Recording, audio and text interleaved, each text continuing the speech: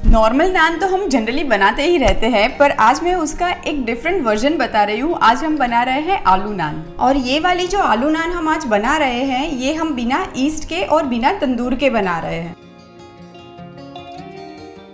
आलू नान बनाने के लिए मैंने यहाँ पे ये 2 कप मैदा लिया हुआ है। अभी बहुत सारे लोग होते हैं जिसको सिर्फ मैदा नहीं पसंद आता है, तो मैं सजेस्ट करूँगी कि आप हाफ एंड हाफ कर सकते हैं कि आधा मैदा और आधा गेहूँ का आटा। आज की ये जो नान है ये मैं बिना ईस्ट के बना रही हूँ, इसलिए मैं इसके अंदर 1 टीस्पून बेकिंग सोडा यूज़ कर रही हूँ। पर अगर आप ईस्ट से बनाना चाहें तो आप 1 टीस्पून ईस्ट का भी इस्तेमाल कर सकते हैं। मेरे हिसाब से ईस्ट वाली नान का रिज़ल्ट ज़्यादा बेटर आता है, जो सॉफ्टनेस होती है नान की वो ज़्यादा बेटर होती है। अब मैं ऐड कर देती हूँ थोड़ा सा नमक, 1 टीस्पून चीनी एंड 1 टीस्पून कलौंजी। अब मैं ऐड कर रही हूँ मोयन, ये 1.5 टेबलस्पून मैंने ऑयल लिया है। और अब लास्ट में मैं ऐड कर दूँगी 1/4 कप दही। अब सारी चीज़ों को हम एक बार अच्छे से मिला लेते हैं और थोड़ा थोड़ा पानी ऐड करते हुए मैं एक सॉफ्ट सा आटा लगा दूँगी। और पानी अप्रॉक्सीमेटली 120 टू 150 ml के आसपास जाएगा।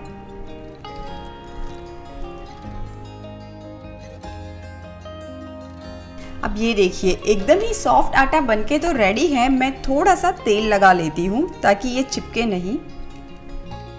और अब ये आटे को हम ढक के थोड़ी देर के लिए छोड़ देंगे। अप्रॉक्सीमेटली आधे घंटे से लेके 1 घंटे तक हम छोड़ देंगे। अब ये आटे को मैं साइड में रख देती हूँ और हम आलू का स्टफिंग बनाते हैं।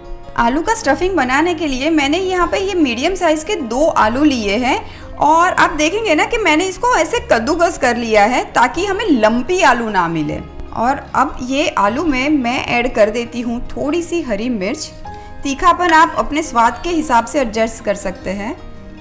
थोड़ा सा फ्रेश धनिया, अगर आपके पास पुदीने के पत्ते हैं ना तो वो भी तोड़ के ऐड कर सकते हैं, वो भी मज़ेदार लगते हैं।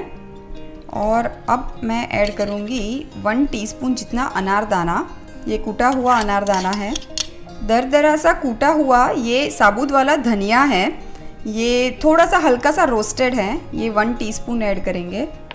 और ये गया भुना हुआ जीरा, ये भी 1 टीस्पून है। लास्ट में ऐड कर देंगे नमक। मैं ना इसमें अदरक ऐड करना भूल गई थी, 1 टीस्पून जितना अदरक भी ऐड करेंगे। और अब ये स्टफिंग को मैं अच्छे से मिक्स कर लेती हूँ। चलिए स्टफिंग भी रेडी है और ये आटा भी रेडी है, तो अब नान बनाने की शुरुआत करते हैं। आप ये आटे को देखेंगे ना तो आधे घंटे 1 घंटे के बाद हल्का सा ये फूल जाएगा। बस ऐसा ही आटा चाहिए हमको। सबसे पहले ये आटे में से हम पेड़े काट लेते हैं। अब ये एक पेड़ा ले लेते हैं और हल्का सा ये सूखा आटा मैं डस्ट कर लेती हूँ।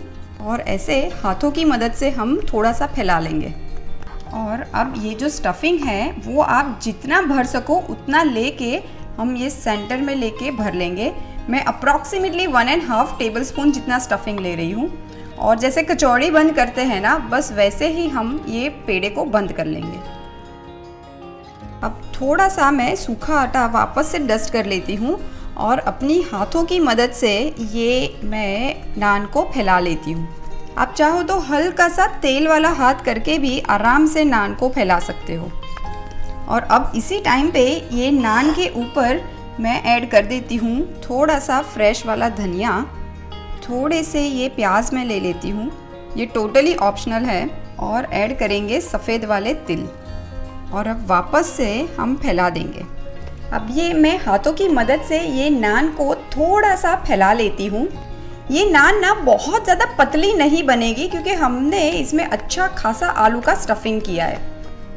और अब ये नान के पीछे मैं थोड़ा सा पानी लगा दूँगी ताकि ये तवे पे चिपक जाए, क्योंकि ये जो नान है ये बिना तंदूर की बन रही है, हम ये नान गैस पे बना रहे हैं। और अब ये नान को हम ये तवे पे चिपका देंगे। ये जो पानी वाला पार्ट था वो हम सीधा तवे पे लगा देंगे और हाथों की मदद से हल्का सा नान को वापस फैला देंगे। और अभी फ्लेम को मैंने स्लो टू मीडियम रखा हुआ है। अब आप देखेंगे कि थोड़े ही देर में ये जो नान है ये हल्की हल्की सी फूलने लगी है।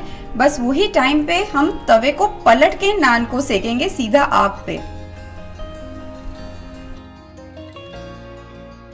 ये देखिए कितनी अमेजिंग नान बनके रेडी है। मैं पलट के भी आपको दिखा देती हूँ। अब ये नान को मैं निकाल देती हूँ एक प्लेट पे, और निकालने के बाद तुरंत ही हम इसके ऊपर थोड़ा सा बटर लगा देंगे।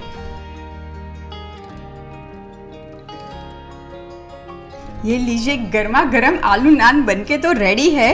मैं फटाफट से इसको सर्व कर देती हूँ।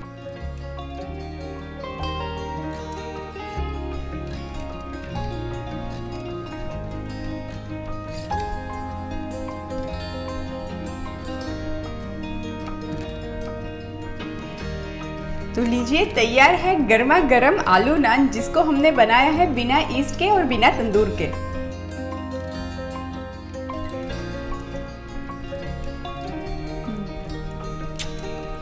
Must try recipe, amazing, no words.